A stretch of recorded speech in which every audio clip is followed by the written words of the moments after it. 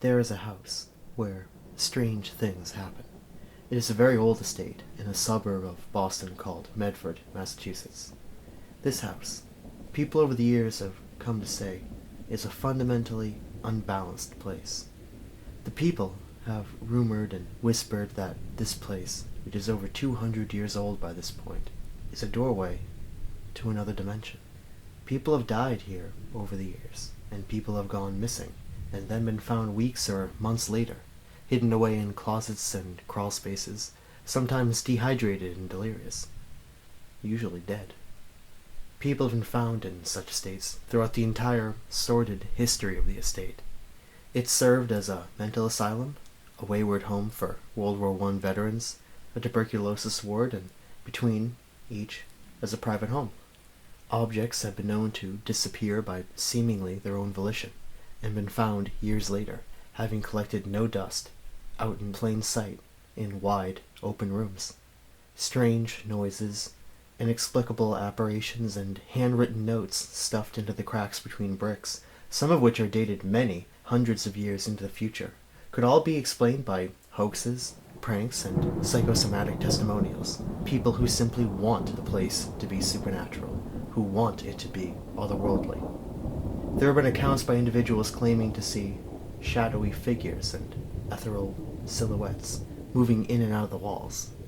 And likewise, others have claimed to see the caricatures of ghosts, milky, gray, translucent, and flowing. They have the image and likeness of people from long-gone time periods, some of which have been positively compared to images and descriptions of documented persons who have lived and died at the estate. The difference being that the ghosts, the white, see-through, translucent ghosts, have always been human, but the dark shadows have not. A name has come up over and over again in the history of the estate, most likely because those who know enough about the estate, those who have enough interest in the establishment to spend the time and money to visit it, already know the name. But then again, who knows? The name of the person, or rather, the creature, is Marbus Tack. First recorded in the diary of Miss Elizabeth Lothrop in 1807, this creature seems to resemble a dog or a hyena more than a human being, though it stands on two legs. This Tack consistently seems to want something, always something intangible, from those who it chooses to speak with. Exactly what it wants has never been determined. It has been described as frail, gaunt, and pale. It always stays in the corner of the room when speaking, never moving far or stretching out its arms, but for some inexplicable, some unspeakable reason, the witnesses to this Tack can never simply run away from it. From the Civil War up to the 1918 influenza epidemic, all the way to the Iran hostage crisis and beyond, witnesses have claimed being completely paralyzed, unable to escape the strange words from its strange mouth. This Tack creature, this strange being, they claim moves in and out of walls.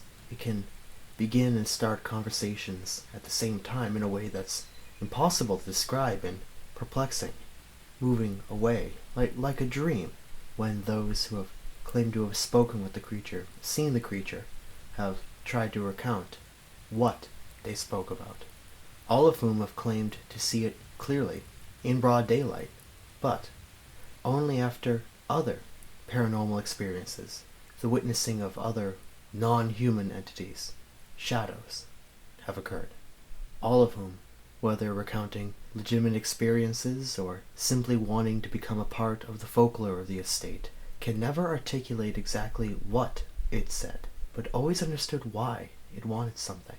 When asked why it engaged them, these witnesses, either legitimately or because they have trained themselves to, after researching the accounts of others, the others who have made this place famous, seem to lose their thoughts. They stare off into the sky or out a window and are not able to recount their encounters with Marbus Tack without becoming visibly angered and irrational. Even when asked years later, even when investigators have tried to catch them off guard at a party or some public function, throwing in a question or two in an interview in a completely alien environment, not one has ever come out, laughing and wiping tears from their eyes, stating something to the effect of, "Oh yeah, we thought that it would be fun if we told everyone that we saw a ghost, or a monster, or whatever. It was all a lot of fun. We had a lot of laughs." Some of the people who have claimed to have spoken with this tack creature have been institutionalized. Most have committed suicide. The estate remains the property of the city of Medford, Massachusetts, primarily because of litigation issues regarding how the house and surrounding property are left in trust to Medford, and because of unorthodox loopholes grandfathered in over the years. The building cannot be repaired or restored, nor demolished. So it stands to this day, open to visitors. It is easy to find, and there remains to this day a caretaker of the estate who will happily show anyone willing to venture out there a tour. But the caretaker does not stay overnight. No one has stayed overnight in, at this point, almost 100 years. But you are welcome to be the first.